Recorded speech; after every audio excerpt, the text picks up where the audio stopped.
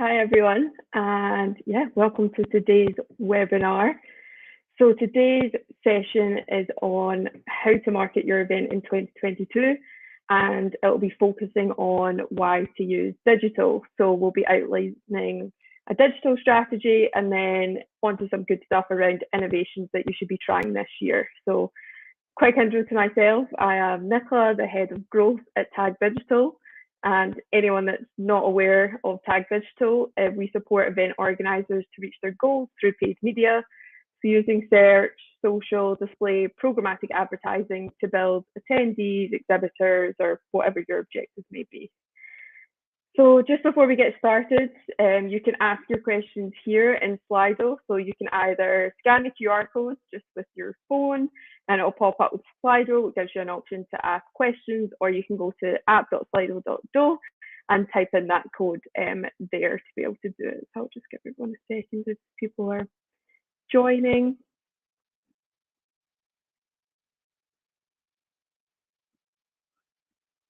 So yeah, any questions there that we can do. If you've got any questions afterwards, I'll leave my email so you can follow up with anything. But yeah, just deep diving into the session. So when talking about paid media and the importance of using it, it's always in our interest to know how many event organisers are currently spending on paid media campaigns. So we put that out and we've done industry research, and we're seeing budget is increasing for marketing on paid. We're seeing this amongst our clients, but we're also seeing this across the whole industry. You can see here results from Nielsen's 2021 annual marketing report that search and social media are rapidly on the increase with the amount of marketers plan to spend on these platforms across the industry in 2022. So often the budget is increasing for paid media, and marketers maybe start out with paid as something to test.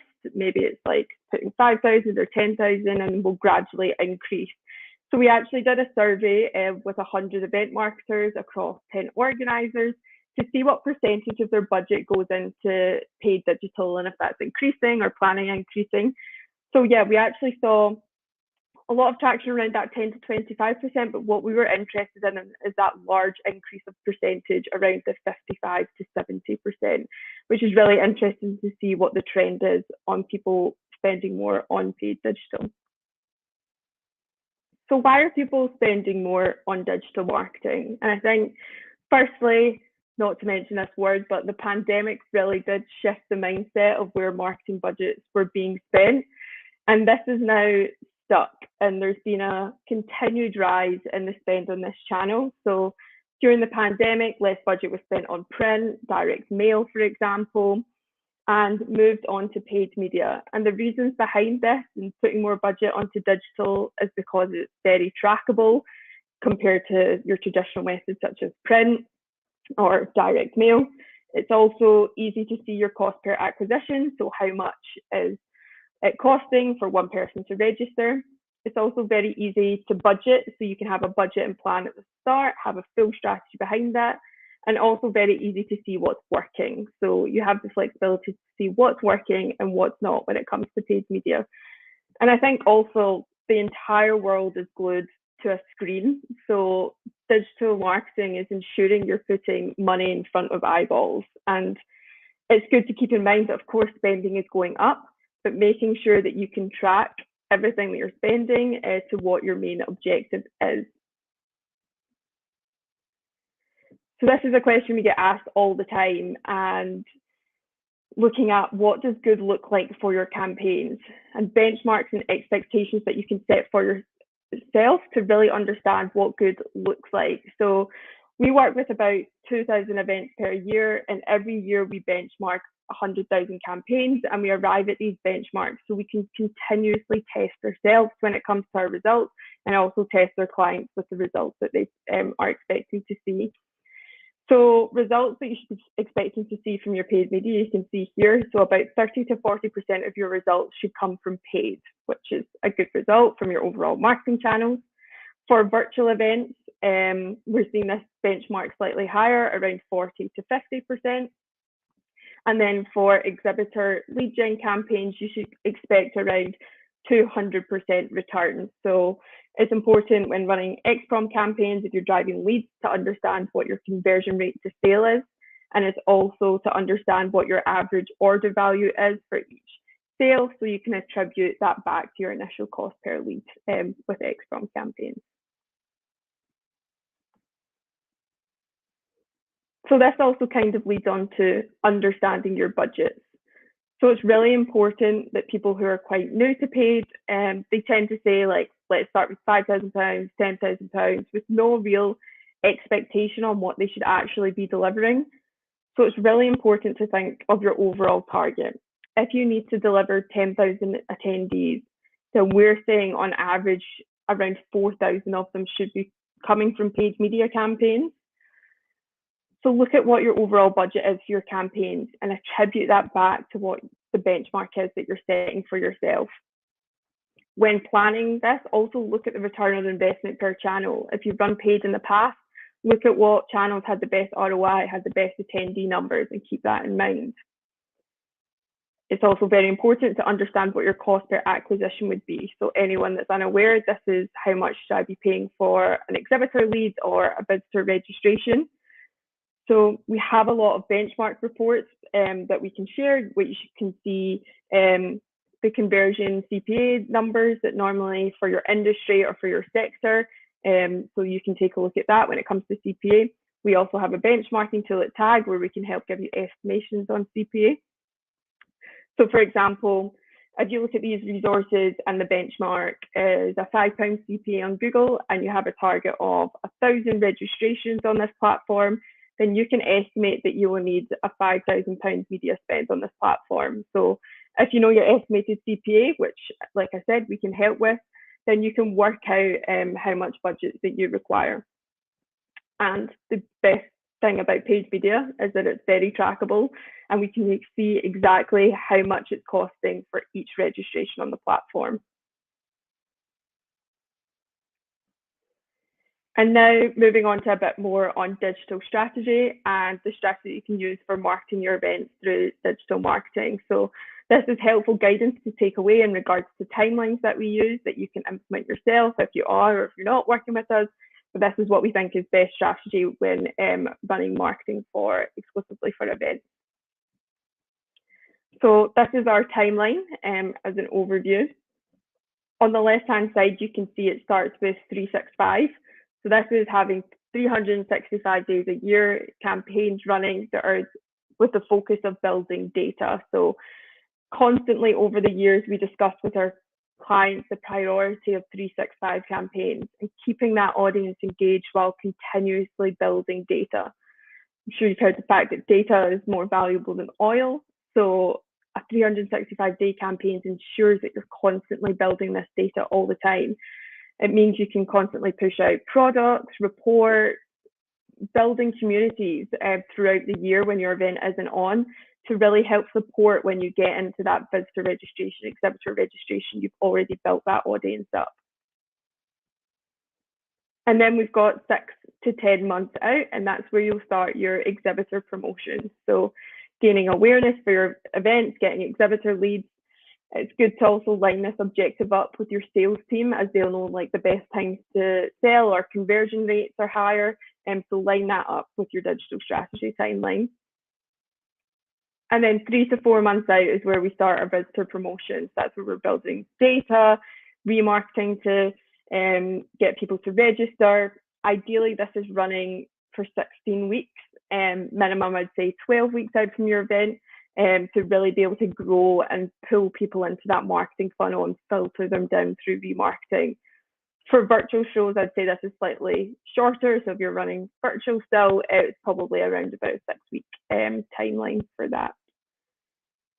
And then we have our 2 weeks out. So this is where the majority of our budget is normally spent. And again, this can sometimes be a bit of a shock to the system when we're looking at pacing budget, but the end of 2021 highlighted even more that decision making is becoming really late. So we want to make sure that we hold back budget for this massive registration push period. highlight this point of probably don't panic if your registrations are not on target 1 month out, as the majority of our clients are reporting that 90% of people are booking in the last 2 weeks. So we have to reflect to have spend ready for that, and that's where we start to push our remarketing campaigns very heavily.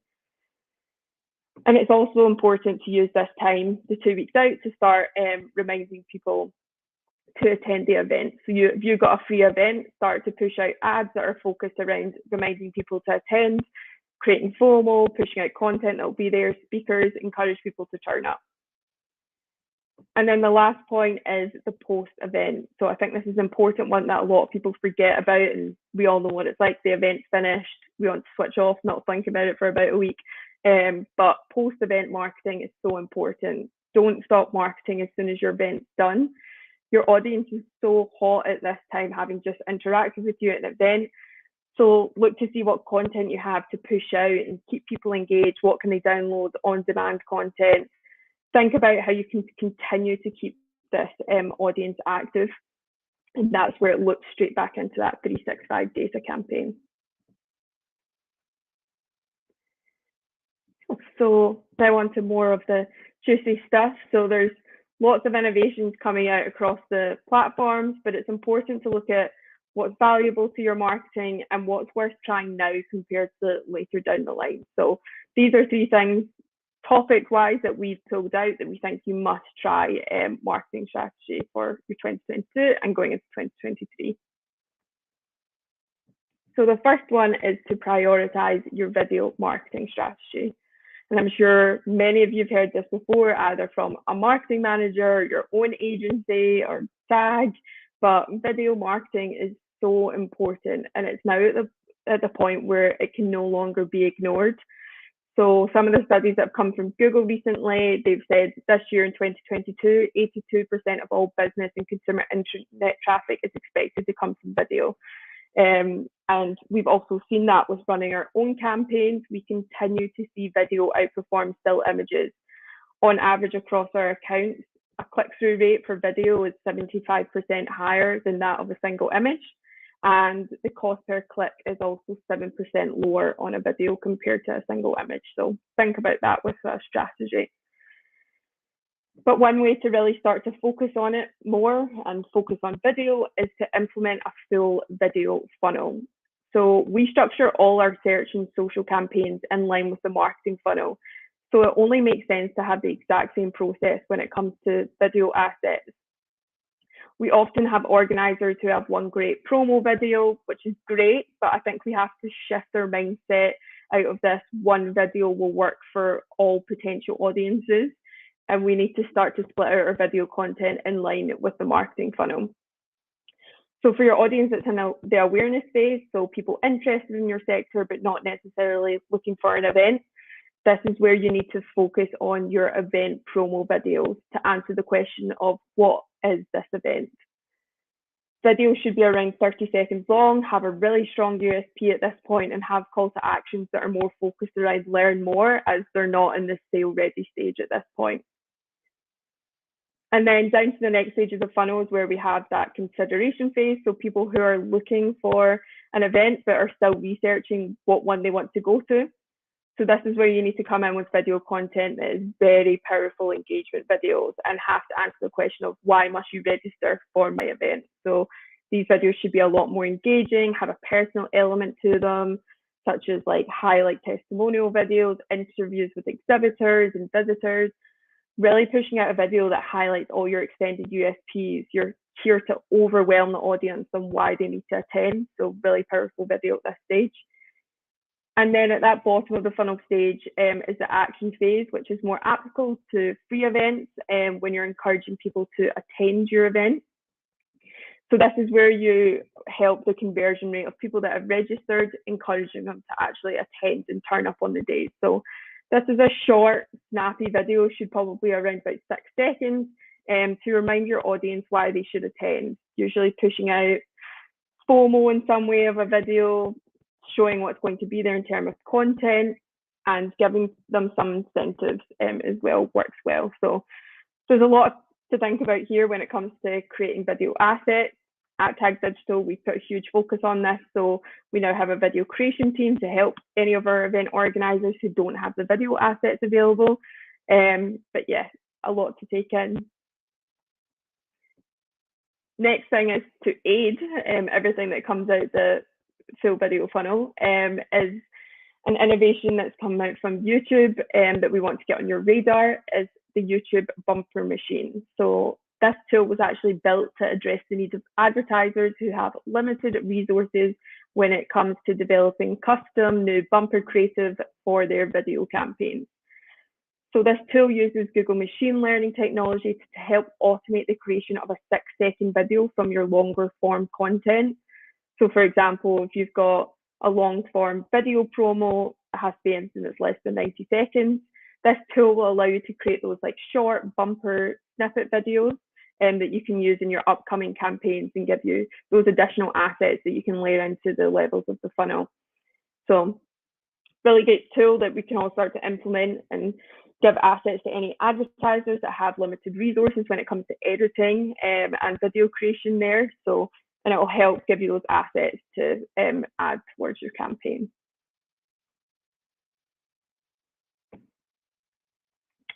And then to reiterate why you should prioritize your video marketing strategy is due to the expansion of video assets among social platforms.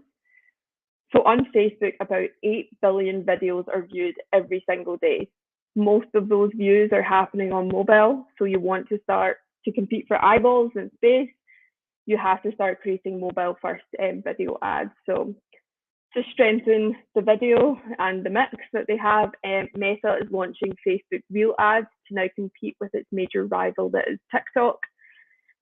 Video Reels first began as a way to directly combat TikTok with a feature inside the Instagram app that you're probably aware of.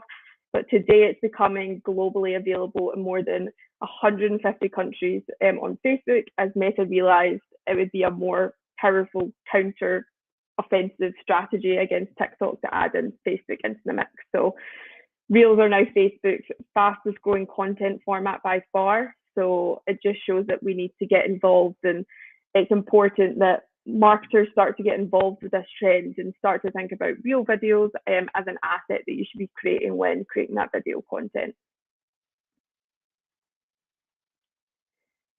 So that being said, I think with TikTok and mentioning TikTok, it'd be rude not to mention this giant platform. So this is just a question that you can think about while going through it, but I know it's been pushed out there of like how many downloads did TikTok have last year? It's a big concept of thinking about. So take a guess internally of what you think it would be, but the answer is 3 billion downloads, which is a huge, insane number. And I'm sure many of you heard this fact that was pretty mind-blowing that came out at the end of last year, but in 2021, TikTok had more traffic than Google, which is unheard of in terms of another platform being able to compete with Google.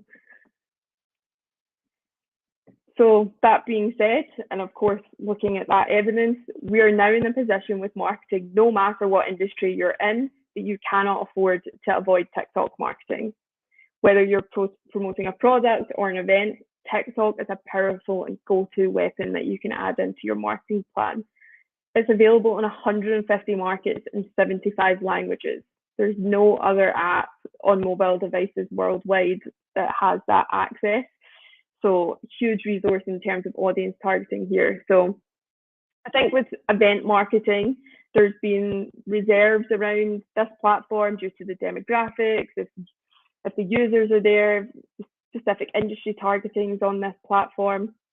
And I would say, yes, back last year, TikTok was probably still a wild craze among the younger generation. However, today in 2022, TikTok has users from all demographics, making it really the perfect platform to be able to run powerful marketing campaigns. But that being said, do your research, find out if your audience is present on this platform, research your target audience in terms of demographics, locations, interests, and if it is a place where you're seeing your audience reside, then get it into your marketing mix. So yeah, we've also done our own research over the last 6 months with event campaigns, running TikTok for different sectors. So specific campaigns for event industry, and we've seen that TikTok is extremely cost effective with an average cost per impression that can be 20 times lower than Facebook ads. Some recommendations when running TikTok campaigns is to do a combination of those video ads and also to boost organic TikTok content. So having TikTok content on your page as well that we can boost. We've also tested shorter videos versus longer videos. So less than 15 seconds against around 40 seconds. And we've seen that the shorter videos have achieved about a click-through rate that's 5% higher than longer videos. So you can keep that in mind when coming to creating these assets. Great. So that's all the video content. So topic number 2 of what you should try in 2022 is to innovate your search campaigns. So Google is continuously coming out with new ways to get the most out of search campaigns by developing new machine learning algorithms and ad extensions that we should be adopting to improve our campaigns. So one to start with that everyone should be adding into their search campaigns if you're not doing so already is image extensions. So quick thing of what are they? So it's a site link extension that can now be an image. So this helps put a visual element to your search campaigns along with bulking out that space that we're using on the SERP. So you have the ability to do image extensions where you can add your own image directly and it'll be used in search ads. But the next level of that is being able to do dynamic image extensions, which is a beta that came out towards the end of last year, where Google will select images from your landing page and fit it to the best search ads. So Google will look at headlines, descriptions, and keyword search and match the best image to that ad. So really good practice here. So Google is now stating that best practice for all search ads is to have 4 ad extensions and one of them should be an image. So I would really recommend moving forward all your search campaigns include this, and making an image extension is just a really good solution to help you stand out when it comes to that search results page. And then the next one, and I would say this is one of Google's biggest innovations that they released in 2021 is Performance Max. So what is it? It's a new campaign type in Google Ads that helps you maximize your performance across the Google Ads inventory, and it uses automation to save you time when driving towards your goals. So Performance Max uses audience signal to find your perfect audience compared to using keywords, which it did in the past. And you can also provide signals yourself to help speed up this process of finding that audience. So you can include here your first-party data, your remarketing list, custom Google audiences, all of these assets to help feed into Google's learning process. So the great thing about Performance Max is it's not just a search campaign, it has the ability to serve in any placement filled by search, display, YouTube, Gmail, discovery campaigns, all of that. So it's an all-rounded approach. So we've been running it a lot in terms of Performance Max. So some of the benefits that we're seeing is it's a single goal focused campaign. So you can select, for example, conversions as your goal, and Performance Max has the ability to find more users that will convert for that action that you're selecting. Another benefit is that it drives more value for your budget because it uses smart technology to be very path to purchase aware. So this means that it's serving the right ads at the right time according to your marketing objectives. So you're not just pushing out ads all the time to everyone and anyone. It's really being smart technology to find people that are actually going to interact in the way that you want them to. So if your goal is conversions, through learning, it will work out the right time to serve that ad in order for them to convert. So as we're Google Premier partners, we got access into this beta early. So we've been able to test it and have been running it really for the last kind of 8 months. So this is one case study for a BizPump campaign that was the aim to get visitor registrations for a hospitality event. And we saw really strong results from these campaigns. Overall, that one Performance Max campaign achieved 31% of all visitor registrations across Google.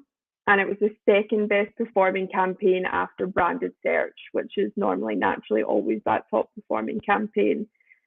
So that being said, not only did we see strong registration performance, but we also saw impressively low cost per acquisition. So the cost per acquisition here was 52 pence. So remember, this always isn't exactly a bottom of the funnel audience, so there's new data coming into these audiences as well. So a CPA that was 28% lower than branded search is very impressive here, along with a click-through rate of 58%, which again is massively impressive click-through rate for a campaign that's not just remarketing focused.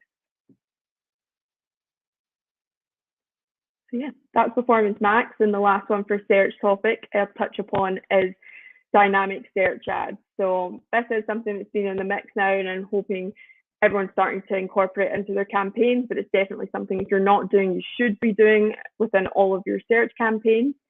And dynamic search ads came out due to keyword lists on Google growing rapidly, with people searching in new ways every day. Therefore, it's becoming more difficult to potentially reach attendees and exhibitors with the right ads. So therefore, dynamic search ads allows us to reach users searching for those new keywords that we might not always pick up within our keyword research list. So instead of manually entering keywords, we input your website URL instead, and the user's search query when the user search query is relevant to your content on your website, this is when the search ad will be shown. So when using dynamic search ads, it's really important to firstly ensure that there's enough content on your website, and secondly that your websites follow best SEO practices, because the dynamic search ad campaign will crawl your website to match for relevant search terms. So it's just making sure that that all aligns. But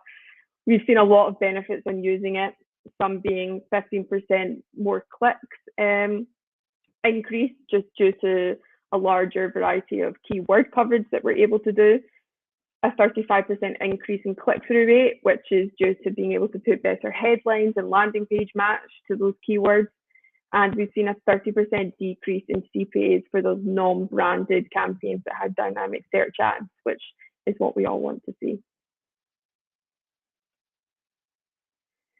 And then lastly, topic number 3, and I would say it's a very important one with a strong message of, if you're not using programmatic in 2022-23, then you should be.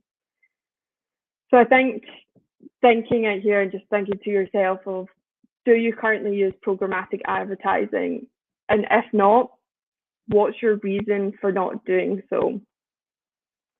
From feedback from event organizers, some of the most common reasoning, main ones normally cost of doing it. Second one's understanding the advanced technology behind it. I think people are comfortable with Google Ads. Programmatic's like a step above that. Third is not knowing what programmatic advertising is. Definitely a word that is thrown around and not everyone understands it. And then lastly is not having a marketing strategy that's got a paid focus element enough to focus on programmatic advertising. So diving into programmatic advertising, so a quick overview for anyone that's not aware.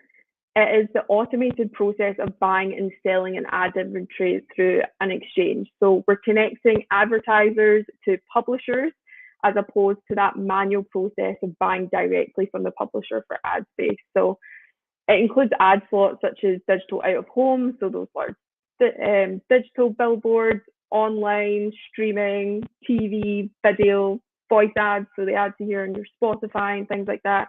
All of that can be pulled through programmatic advertising. So it's continuously on the rise and is one of the most powerful digital marketing channels to use.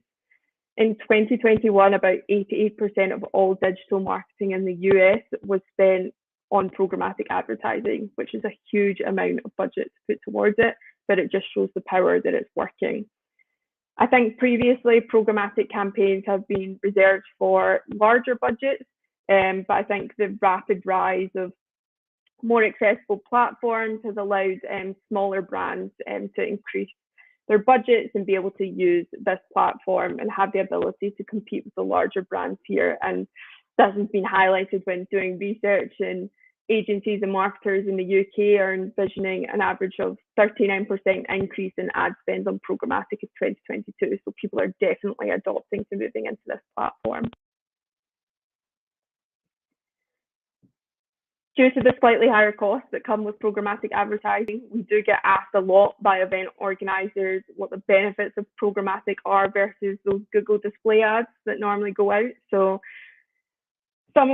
there's a lot of reasons and a lot of benefits, but one to look at is programmatic is used to buy and optimize media across ad exchanges. So it taps into Google's inventory, but the platform also accesses non-operated Google inventory by 90 plus more ad exchanges and 40 plus more video exchanges. So huge access to a much wider audience. And as I like to say, think about it as Google Display on steroids. Think about the scale that it can be. And to give you some example of what that is, Google Display Networks with Google Display Ads is more of a middleman representative between advertisers and publishers, and has access to serving on Google partner sites, which covers about 70% of websites. And Google Display Ads serve about approximately 10 billion impressions per week. Now, on the contrary, programmatic can access 90% of websites due to that higher inventory reach, and it serves about 90 billion impressions per day. So we're comparing 90 billion impressions per day on programmatic to 10 billion per week on display. So that's what I mean when I'm talking about the scale of programmatic. So some examples of ads on sought after placements are, these are some examples more from our Middle East clients, but our Middle East clients love programmatic due to the exposure that they can get. So we can see, just for example, of ads on like CNN, Gulf News, Khaleej Times, all major sites in the Middle East that we want to be placed bids on. So it's a platform that should 100% be considered in your 2022 marketing strategies. It gives you better control over how, where, and when your display ads are run, so you can achieve data-driven insights to inform where you should best be allocating your marketing budget. And then just lastly, in with programmatic, I always want to touch upon like innovations in different areas in programmatic that are worth tapping into. And this one I want to talk about is connected TV. So this is connected TV advertising is ads that is placed on any TV or device that can be connected to the internet and access video streaming. So smart TVs, Apple TVs, gaming devices, all those types of things. So some facts around connected TV growth is that 204.1 million Americans will be connected TV users in 2022. So that is a huge audience sitting on a platform that lets you push ads to it. So if anyone was paying attention to the huge event in Dubai, Expo 2020, majority of their budget went behind connected TV to be able to do TV advertising, but in a smarter way, and it worked. One of the best ways for brand exposure. So some interesting facts also is 60% of digital buyers have said that this year they will move their traditional TV budgets to connected TV, which is really interesting to see. And I think usually TV advertising is out of reach for event organisers due to people thinking it's old-fashioned, it's way too expensive, you also can't guarantee your target audience will actually see it.